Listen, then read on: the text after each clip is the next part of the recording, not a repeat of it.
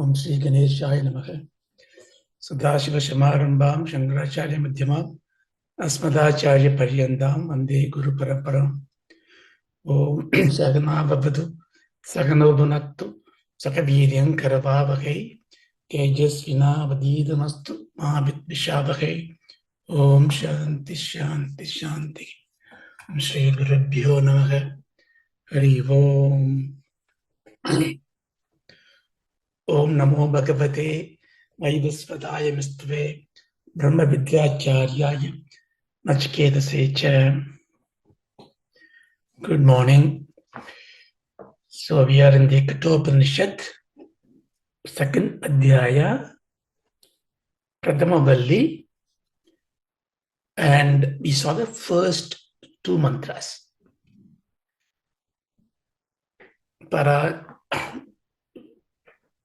These two mantras we are talking about sadhanas. The first two mantras, Raja mentioned about the importance of Adhyatma Vidya, that is looking into you to find the real yourself. So Paranjikani Vidrunatvayambuhu Tasmat Parang Pasyati Nandaratmana Kaschit Diraga Pratyagatmanamaisha the Avrita Sakshu Amrita Ichan. We saw this. Generally, we see Paranjikani. Our Indriyas are seeing outside. Why it is doing this? Because God Himself, so Yambuhu, the Ishvara Himself, has made it like that. So we saw this. So because the Indriyas are looking outside, I am naturally world-oriented, object-oriented. Therefore, it is not easy, it is not natural for me to look into me. Then he said, yes, that is the nature. Don't blame yourself for it.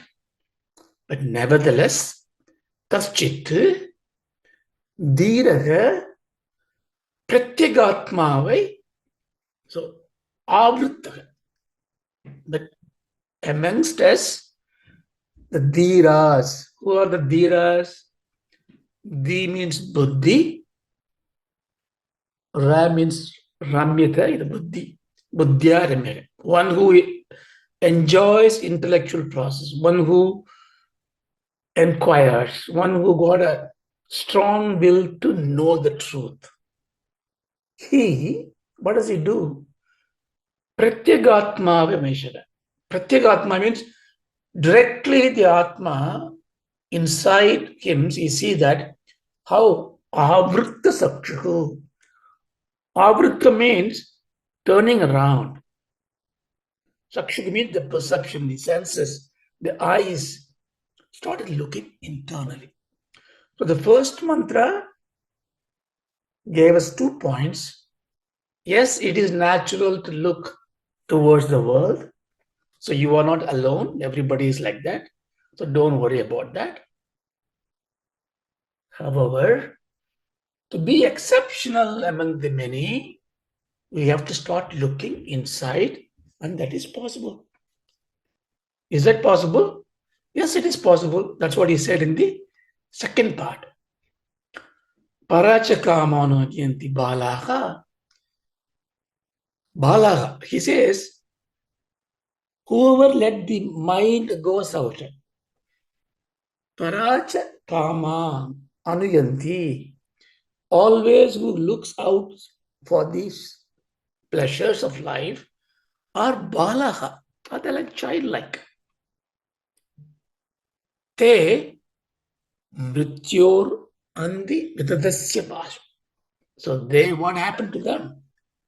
Vidadasya. Vidadasya means vyapti, which is pervading everywhere. What is pervading everywhere? Mrityoho bhasham. The bhasham of the net of the death, which is spread everywhere, you fall. So when you're looking outside, when your life is all about outside life, outside Sukam, and you spend your life like this, you are bound to be trapped by the net of the death. Adaha, that, but dhiraha amrtatvam viditva dhruvam adhruveshu. So here he says, adaha, but dhiraha dhruvam amritam viditva. The eternal fulfillment. Dhruvam means eternal. Amrita means fulfillment. Knowing, viditva means knowing. So knowing there is an eternal fulfillment, that means there's an immortality is there. What do? Iha adhruveshu. Dhruva means eternal. Adhruva means not eternal, temporal. Iha adhruveshu na pratyante. They will not look for temporal things. So in the first two mantras, Adhyaya has given the goal that Nachiketas should follow. What does he have to follow? Don't forget the plot. Nachiketas asked, what happens after I die? He said, you don't disappear, you become nobody, you still exist, but you exist as in a Swarupam, which is Atma. Well, that knowledge is no use unless I really realize it. Then he gave some ideas how to realize it, to have Adhyatma Vidya. The second Adhyayam is polishing it and giving you more sadhanas. Therefore, he starts with the first two mantras. Now you want to know the Adhyatma Vidya.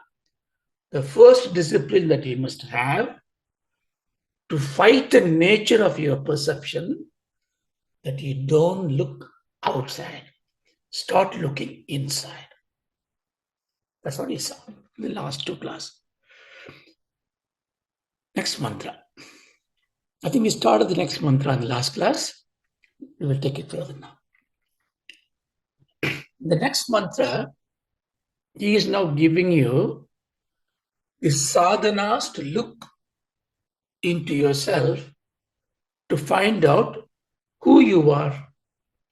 If I am the Atma, who am I? He says, Yena Rupam Rasam Gantam Saptan Sparshaksha Maitunan Ete Naiva Vijanati Kimatra Parishishyate Yedat Vaitat. Nachiketas, the Atma that you're looking for, Yedat Vaitat. That is just this. What is that? Yena Rupam Rasam Gantam Saptan Sparsham.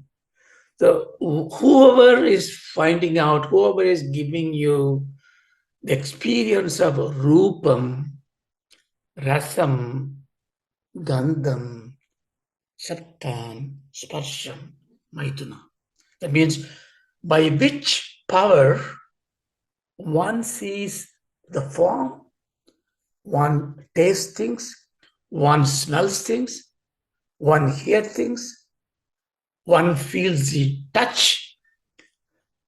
Maitunan, one who enjoys all the Indriya Sukhas, both Dukkam and Sukha. That one is Atma. Etanaiva Vijanati Kim. What else cannot be seen by it? That means the power in you, the awareness in you, the unarvu, the consciousness in you, which makes it all available to you, what it cannot show you. That is the Atma. See, it sounds fine, but what is the Tatparyam here?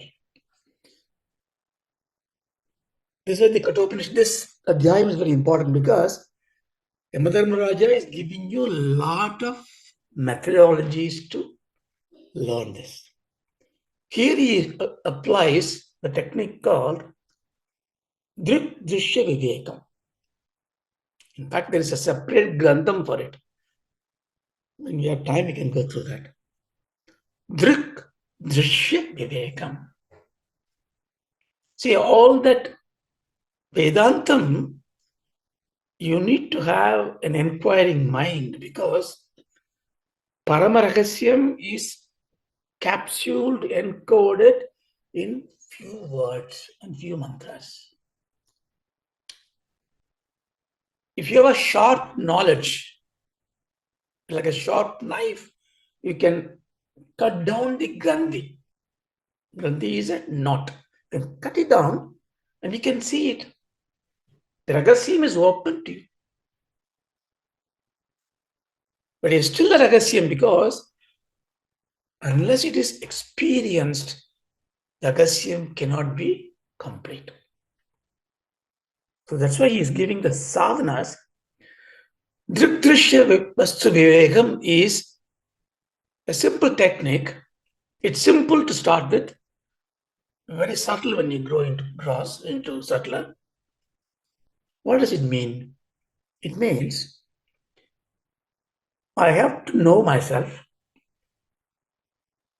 That means I am not this computer, I am not this house, I am not this bullet card, I am not this, I'm not even my wife. Then I'm not even my body. I'm not even my mind. So it graduates you to sublate, negate everything that is not you. How to accept it logically? The logical acceptance comes from the two words, object and subject. If I can experience something, if I can enjoy something, if I can suffer from something, if I can own something, if I can disown something, that something is not me. That something is an object. This computer, this book, this tree, this microphone, this wife, this child, this body, this finger, this hair. See, everything if I can say, see it, feel it, experience it, it is an object. It is not me. Since I'm experiencing my body, see, you can say, look, it's much easier to say, you don't need to have a super knowledge to say, I am not this computer, because it is different than me. If the computer is broken, I am not broken. So this knowledge does not give me the truth of it. Correct.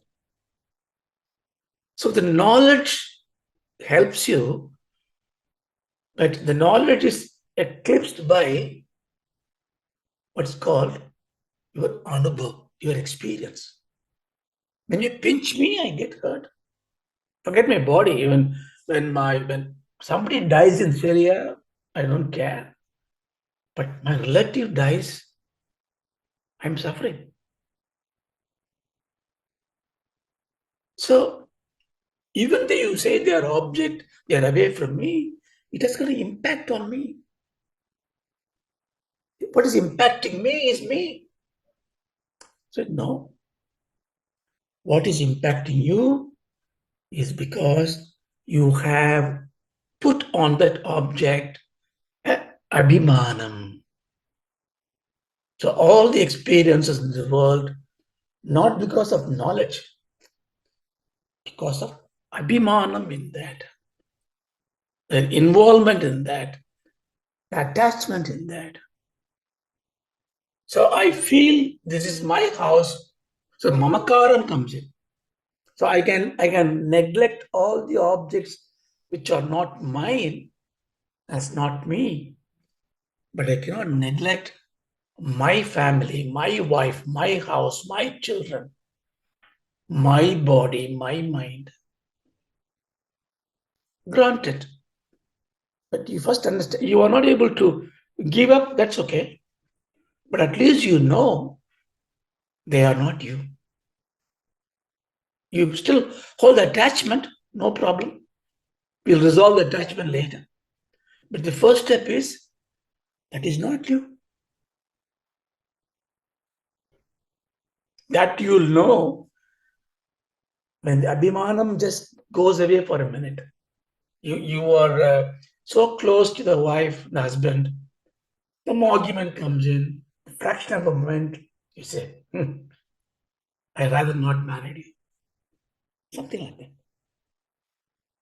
that. That moment, the abhimanam goes away, the attachment goes away. You can see that person is not me. The preman comes in, you attached it. So here we are not talking about the emotional bond, we are looking intellectually. Therefore, Drishta Vivekam gives me to neglect what is not me. That means I can even neglect my mind. The mind doesn't exist. I can say my mind. Whenever I attach my, it is not me. Even I say my God, it is not me. This is what it came out from this. See, the next mantra is going to go into another technique called Avasthatraya. All this we study, all this Vedantam, all this, what does it come down to? Okay? So it is so much to learn, so many words, so many mantras, so many things. When is it going to end? When am I going to say, I have learned it? We know that learning is a step, but learning and realization is the truth. So until I say I have finished learning, unless I go into the Nididhyasanam, I cannot realize it. But when am I? There are 40 odd mantras here, then I will take another Upanishad, another mantras. Where is it all going to go? So 7 or 8 words, if you know everything. That's what Bhagavan Shankara says. As a whole import of Vedanta,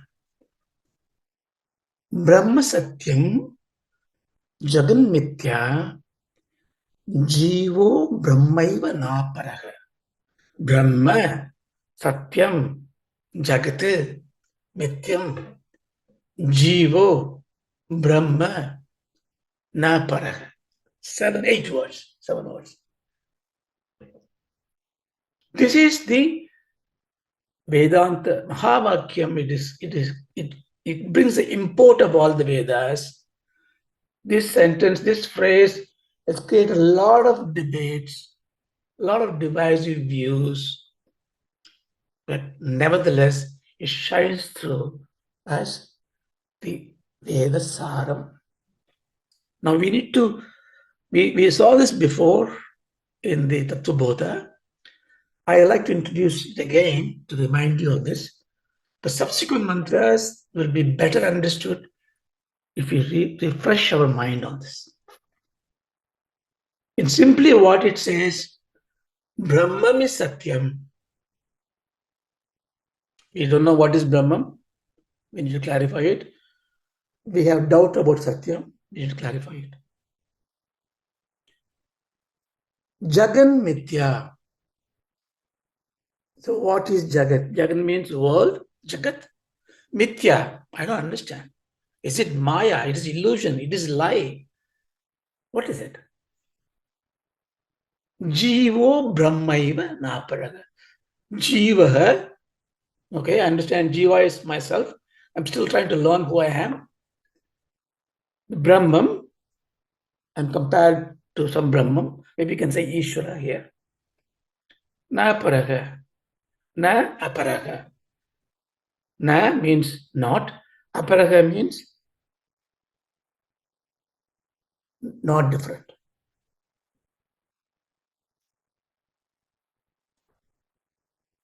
So what is Brahman? And what is Satyam? Let's take Satyam first. Brahman is Ishvara. Everybody knows. Brahman is that which is, if you call a believer in Islam, you'll say is Allah, is Jesus, or you will say Krishna, or say Rama, or Murga, Shiva. If you give it different names and forms, you know heart of heart, the essence of that is the Lord, Ishvara, Brahman. So Brahman, we don't have to much debate on it. You may call it different names. What is Satyam? Is it truth? And what is truth? Truth is that you say what you know, really. Is it truth? Or truth is something what you heard from the books, what the teachers tells you. So Vedanta, see, all the definition you must understand to understand the tattva. See, when I say x equals 5, to solve a problem, you have to understand I find an unknown thing. For that, I need to have an assumption. I put x and assign value 5 to it. So until it is resolved, you must take the statement in good faith, right? So Satyam, the paribhasha, what is Satyam means? Vedanta gives a very simple drishtantam. It is only seeing a snake on a rope. There is a rope in the dark and somebody sees it as a snake. Suppose I know it is a rope because I am playing this fool, okay? You are walking on the street. I know you are a little bit afraid of darkness. I put a rope on the street. You're not looking at it carefully. Then I'm shouting, hey, there is a snake, there is a snake. Now, did I speak the truth? Is it Satyam, I say? No, because I know it is not a snake. I know it is a rope because I put that in. So, but I make a statement, I see a snake, I see a snake. So this is a lie. In Sanskrit, it's called anritam. Anritam means not the truth. Poi. But you see it. You heard this. You heard my voice. You normally trust me. And you know there is a snake. Then you look at it. You see the rope. The wind basically makes the rope move here and there. You now shout, I see a snake. And you go around shouting, I see a snake. Are you telling the lie?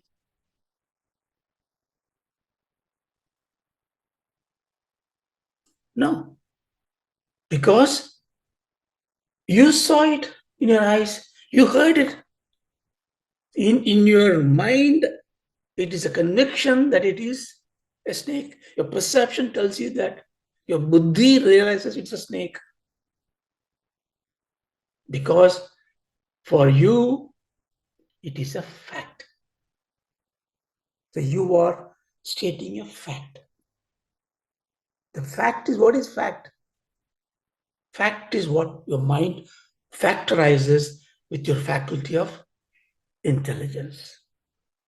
You heard that sound, heard from a good guy who believed, you saw that with your eyes, you see it's moving, your facts are verified in your intellect.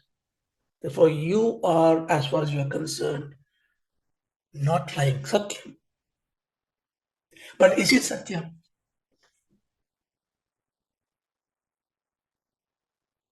So we therefore we ask the question, is Satyam therefore not defined by the Vastu? It is not the snake that defines Satyam. The snake doesn't exist there. It's the rope that defines Satyam. Don't know.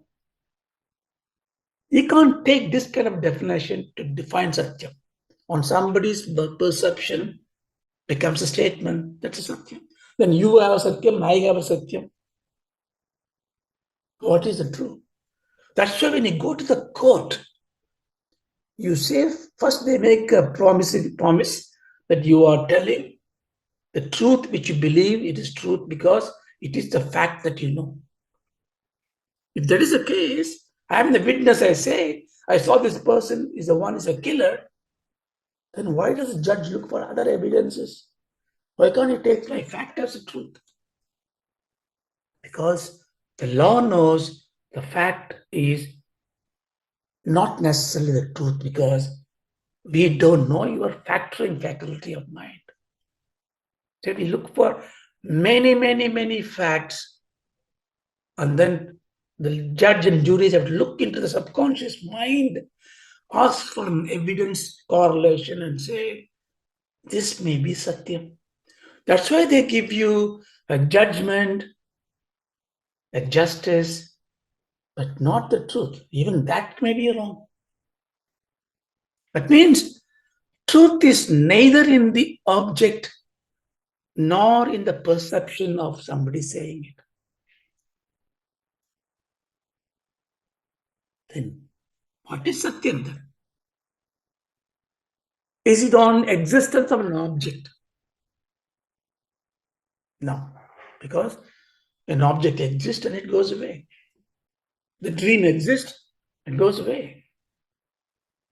So existence is not therefore reveals Satyam. I exist, my body exists.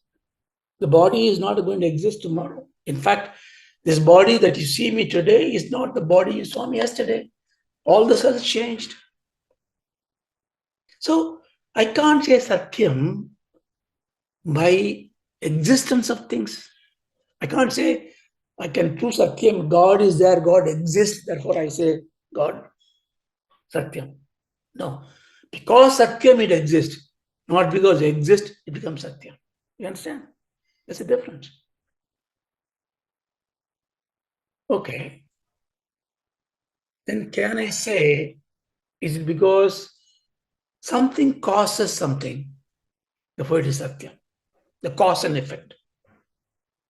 We say God created the world, therefore the world is a creation effect. God is the cause. Like that, they have a cause and effect. Can we go in that part?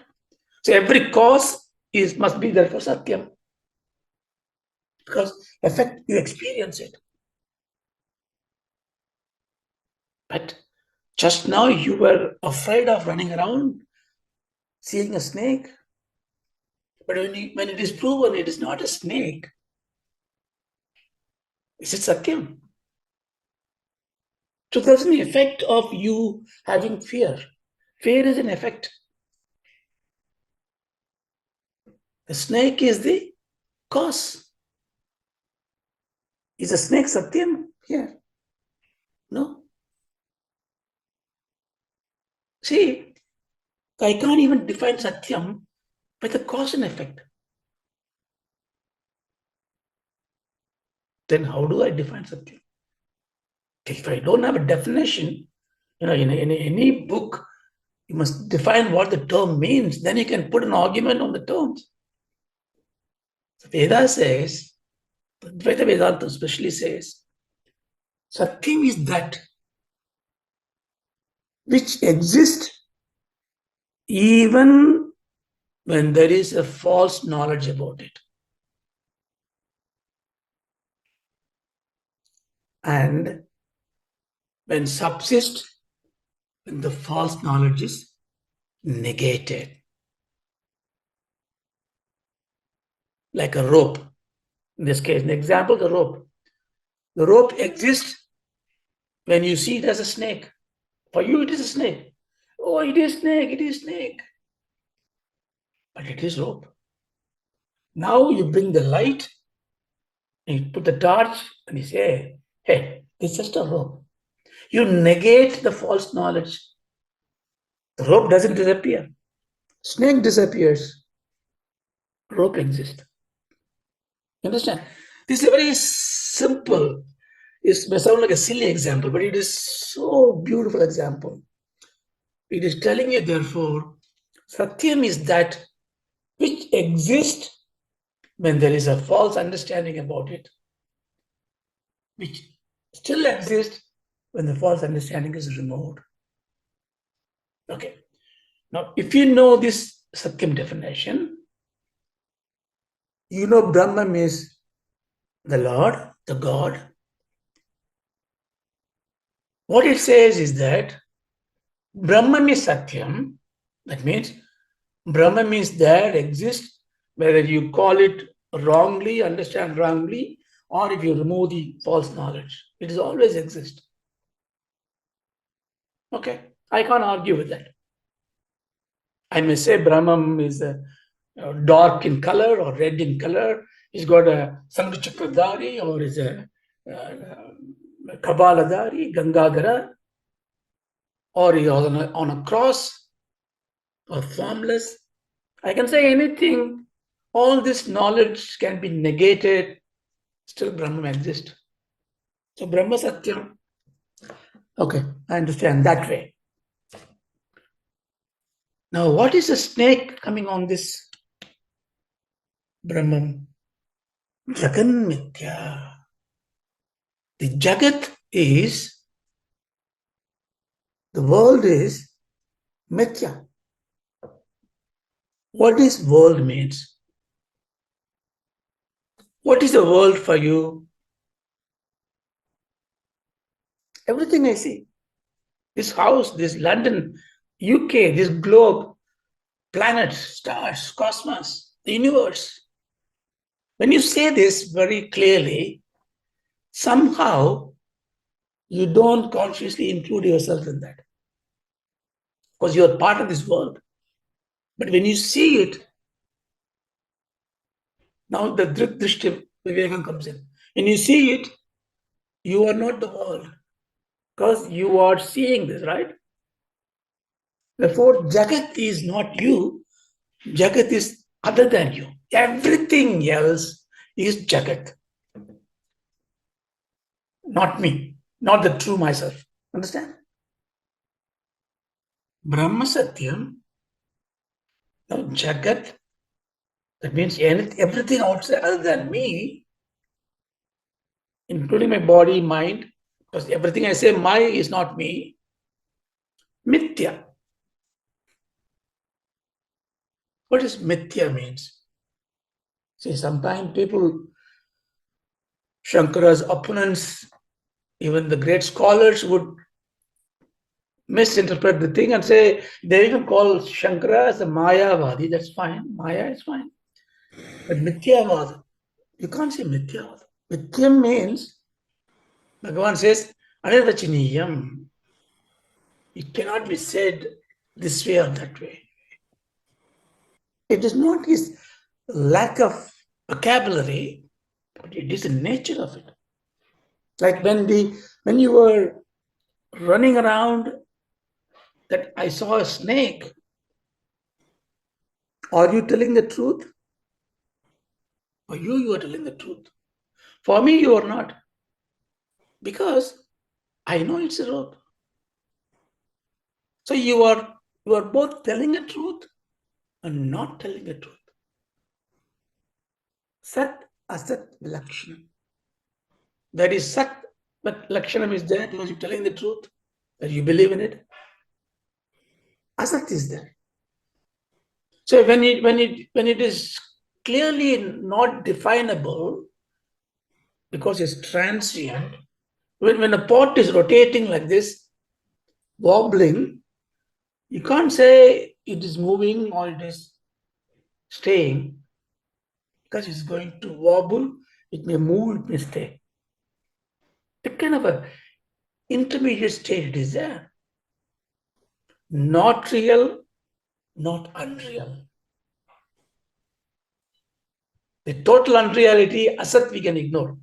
Like the horn of a hare never exists. Cold fire never exists. They are asat. We can ignore the asat. Here talking about things can be real, yet not satyam. Like a dream. When I dream, when you're dreaming, I come into a dream and say, hey, Lakshmi, this is your dreaming. This is not real. And you'll say, go away. I'm experiencing the dream. Wonderful. I am with my parents. For you, it is real. Tomorrow, it will be unreal to you.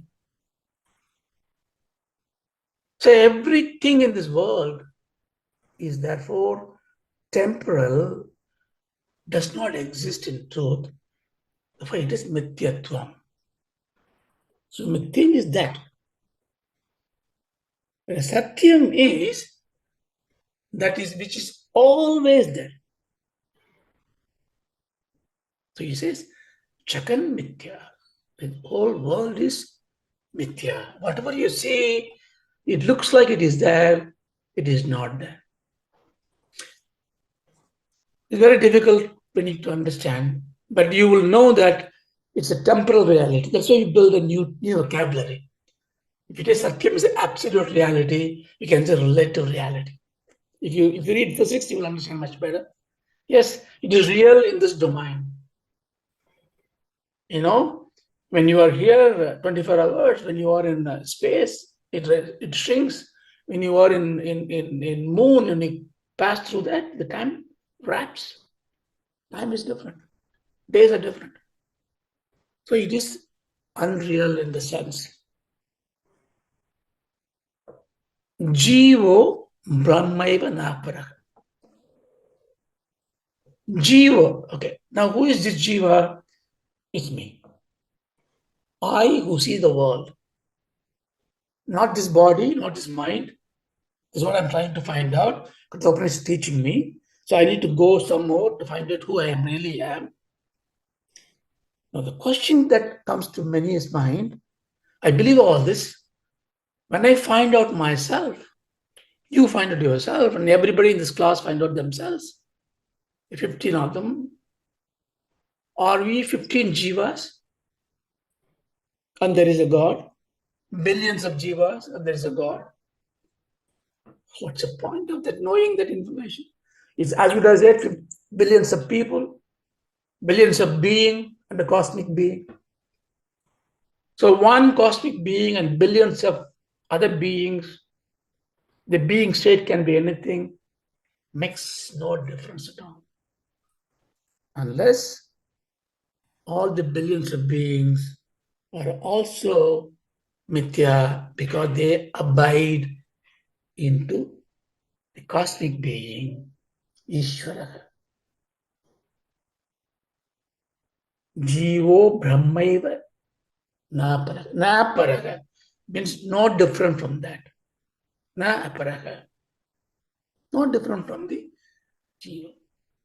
That means the Brahman is what appears as Ishvara, the cosmic being, creator, destroyer, annihilator, in so many different forms and names. And also individual being, like jivas in so many different norms and names.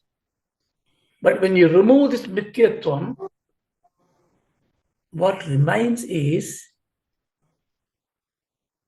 this Satyam, Atma. See, even the opponents of Advaita come to a level, yeah, Brahma-Satyam, I agree. I also agree your Artha, Kriya, Karyatvam, or cause effect. Everything is not correct. I agree. I also understand the world is comes and goes because we agree to the pralayam. Bhagavatam says so. Bhagavan comes into different yugas. So the world that is not eternal, it goes and comes back. I agree. then where is your problem?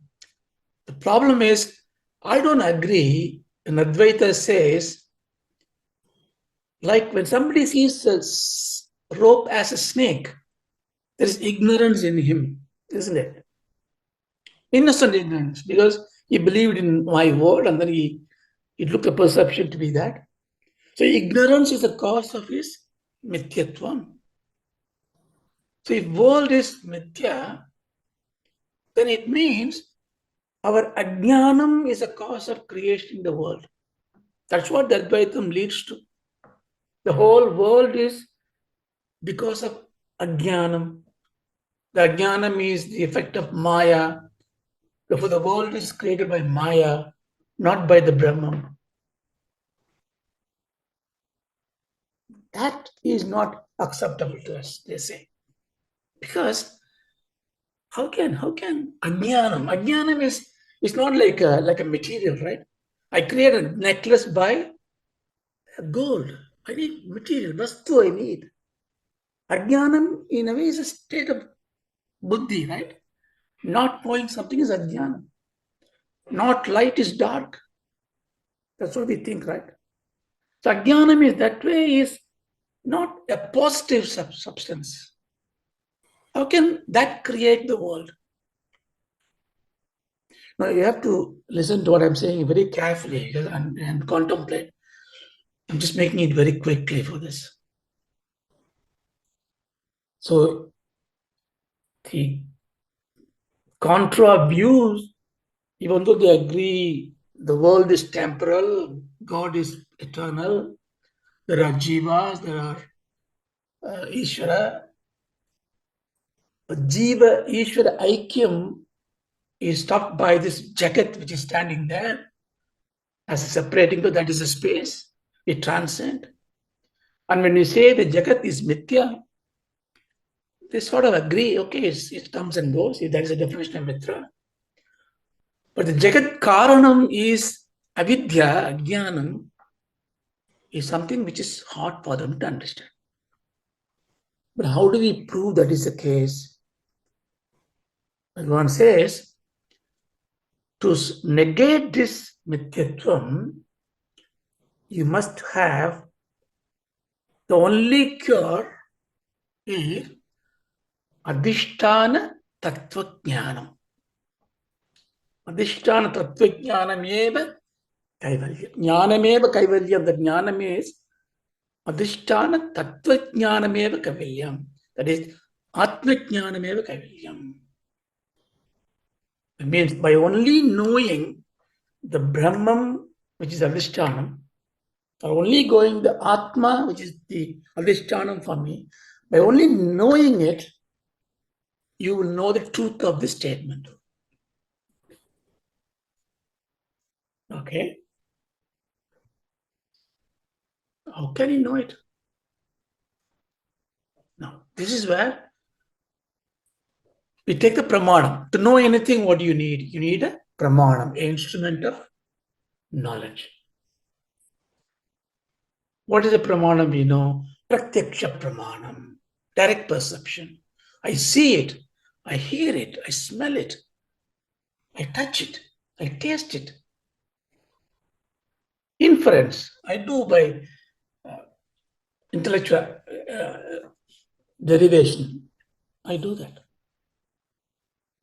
Now you look at me, right? You are looking at me with your eyes. You are hearing me. Pratyaksha pramanam. Do you know me? Does your perception gives you completely? No. Even the gross matter. You don't even know what is my back of my head. You don't see it. You see a pot with your eyes, or you hear a noise. You can only see something about it, not the complete attribute of it. Even if you have a three-dimensional 360-degree angle of viewing, you may know the pot's dimensions, depth, everything, but you would not know what is inside this. So more attributes a vastu has, more power the pramanam needs to have. A plain paper, you can see, the plain paper has got too much of writing, then you need to have more power to see, decode all the things. So more attributes means more difficulty with all problems, including Shabda Pramana. Nothing can help you. So what you have to now reason out here, to understand an object, you need a pramanam. The pramanams have to multiply in power if the attributes of the vastu multiplies. So if I therefore want to use my pramanams to find out who I am, suppose I tell you, hey, I am in this crowd, find me out. I am 5 feet 8 inches tall, this color, this complexion, this thing, this height, weight. Now you look in the crowd with all the attributes. Now if I give less attributes, find me out here without telling attribute. How can you do that? That's why when the Parabrahman, Ishvara, is defined as a Kalyana Gunas, Ananta Gunas, he is beautiful, Chamchakadari, all that. You do when you add more and more and more and more and gunas, it is more happy, it gives you worship very well, everything is nice, blissful. But in search of him is going to be difficult because you need to find such a powerful being with so much of attributes. All my pramanams are going to drop me down. I need them, these Kalyana Gunas, to make my mind motivated. It takes me to a tranquil state. Some stage, Rama, Krishna, Govinda will fall, and it will fall into Om. Where this Gunas goes away. So you are going towards a Nirguna Brahma. Now, when it is Gunas are gone away, even a Shabda, in fact, only Shabda can define it. Now I can tell you, there is a pot of this dimension, this length, this viscosity of material inside, this shine of it. And if I tell you, and you learn from this, is it better than you seeing it, than touching it, than breaking it? You see, Satyajnanam, Aptavakyam can reveal the knowledge, especially when the knowledge that you seek is seen as Nirguna Brahman. Don't think Nirguna means it is void of gunas. It is impoverished. Don't think like that. It is Paripurna. Shunyam Paripurna. He's got everything but nothing. At the moment he's got everything, it becomes a possession, Mamakara. It is everything. So Nirguna Brahman has got inside all Kalyana Guna, but you don't see it as a Kalyana Guna. Nirguna Brahman. So Tattvajnana, Adhisthana Tattvajnanam you need. So I'm saying this because if I need to know that Adhisthana Tattvajnanam, where do I go? Do I come back to the Vedanta class again? Listen to you again? Vedanta says yes, Shankara says yes, because that's the only way you know it. And the reasoning for that is all of the pramanam cannot help you. No yagyam can help you, no vradam can help you, no nāvaparanam can help you, no puja can help you. But they will help you to realize that you need this Atmajnana. So you have to do those things. You have to follow those things. That will give you Atmajnana. When the Atmajnana comes in, then you Go back, because Sabda Pramanam is what's going to teach me. Therefore, you listen. The Mother Maharaja is teaching Nachiketas that jnana. That's the reason I'm labeling the point. These are all not just some technical terms defined, some complex ideas. It's not complex ideas. It's not defining Atma as something far away from us. Every time I say Atma, Brahman, if you think something superior somewhere, you miss the point. It is about you, about I. Sarvabhyabhi is you, I. Brahma-Satyam is you and I. So this supreme promotion is what we need, that what we deserve, that's what's our nature. And there is this path to transcend. That is what Atma-Jnanam is. So you have to really remember this. If I would even ask you, don't worry about what Vedanta school you follow. This is a good torch to bear hand in hand.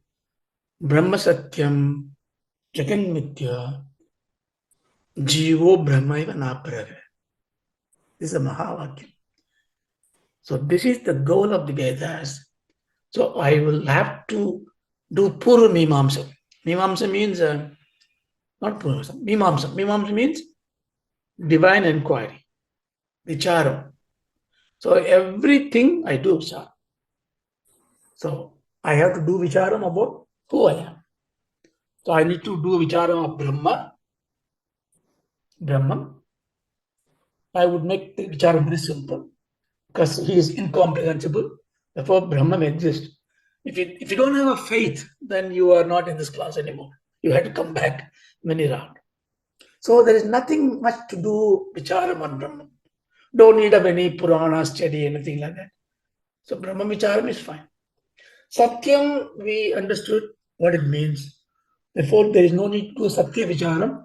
We take the definition. Mithyatvam, we know what it is now. We know the definition. Jagat, we must do Vicharam. But I don't advise you to take Jagat Vicharam because Jagat is infinite. That's what science is doing for you. What is this world? What is the moon? What is the water? What is the blood? Why does a cancer comes in? Why is dementia comes in? Of course, you can do for your worldly life. That will continue forever and it will never end. Every time you find a cure for a disease, a new disease will come because it is comes and goes. It's Jagat. So, in our Adhyatma Vidya, there is no need of Jagat Vicharam.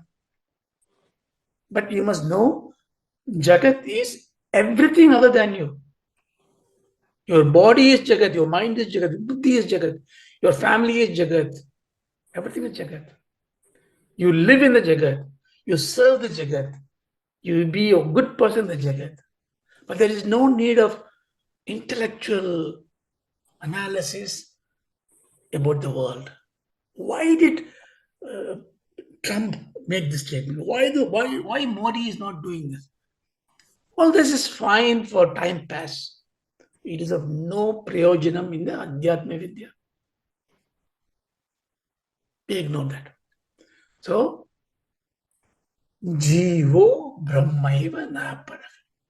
So this is where Vicharam comes in. The first line becomes a statement, second line becomes an action. Jivo, Brahmaiva, nāparaḥ. Jivo, Shvara, Aikyam.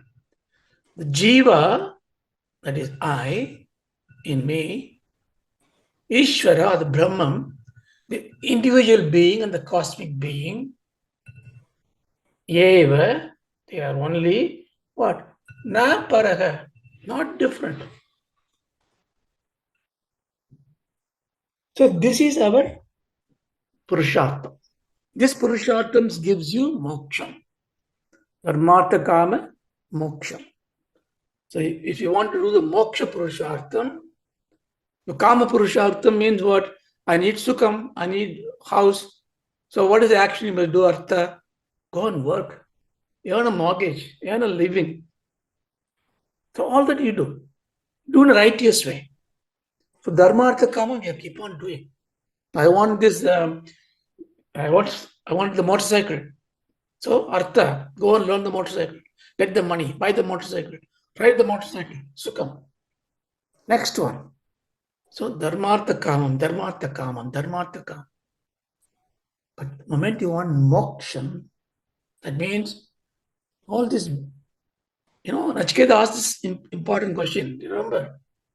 Nachiketa asked, dharma adharma deta. What is that transcend dharma and adharma? Dharma is punyam. Adharma is papam. So if I do punya or papam, and if I do it with the view to attain benefits, I will be in the cycle of birth and death. I can go to Swarga, be a Indra, even a Brahmadeva for some time. Dwarapalaka I may be, but I'll be a Hiranyakasipu. I may be a Ravana, Kumbhakarna. I may be an ordinary person, a bee, honey bee, a snake, a dog, a monkey, a man. I keep on going in the cycle. No, I don't want that. I done enough of it. Now, I want to go to the moksha. Moksha means I don't have this cycle. I can be as I am. If I am this body and I want to be like this forever, I can be. So this kind of redemption from all those binding I need. Then what is the artha for it? But buy a motorcycle, it tells me go and earn money in the righteous way. What does Veda tell me for moksha? What is the artha for moksha? Jnanameva kaivalyam. Jnana, Shravana, Manana, Nididhyasanam is the artha. Listen, contemplate, listen, contemplate. Once you have doubts cleared, abide in that. That is Adhyatma Bhavam, Atma Bodham. Understand? So this is what given there. So I didn't even take the next sloka. So I will do that next class. So in the third verse, Ena Rupam Rasam Gantam, we applied Drik Drishya Vivekam. So I give an exercise for you. So until the next class, apply the Drik Drishya Vivekam. You will do it very quickly for things that doesn't belong to you. What do you mean apply by this? You prove that you are not that object. So apply in your life, especially when you have emotional situations that comes in, both positive and negative, both joy and sad. I wish you don't know sad even, but anything that happens in your life and the experience comes in, apply the Drik Drishya Vivekam and see, am I the one owning up the suffering? Is this suffering or even the joy? Is this joy? Is it something me, something, or is something coming to me? Is it an experience to me, or I'm aware of this experience happening? Understand? If you can think of, if you can contemplate on this one point, an experience that happens to you, the experience happening as it happens, explore that in your mind using Drishya Vivekam and say, am I experiencing this, or am I aware that the experience is happening to this body and this mind? If you're able to do that, and then if you do it subsequently a few times, you get the hang of it. It's very easy, but the establishment is the reason I'm asking you, by telling you, I'm telling myself as well, is that no point in knowing it, you should apply it. Next class, we take the next vicharam for the next mantra. We finish it now. Om Sakana Bhavatu. Om Sahanavatu. Sakanau Punattu. Sahanavatu. Sakaviryan Karavavahai. Tejasvinavadidamastu. तेजस्विनावतीतमस्तु Ma Vidvishavahai. महाविद्विषावहै। Om Shanti Shanti Shanti. ॐ शान्ति शान्ति शान्तिः। Hari Om Tatsat. Hari ओम तत्सत्। Thank you. Thank you. Thank Thank you very you. much. Thank you very much. Thank you for everyone. So Very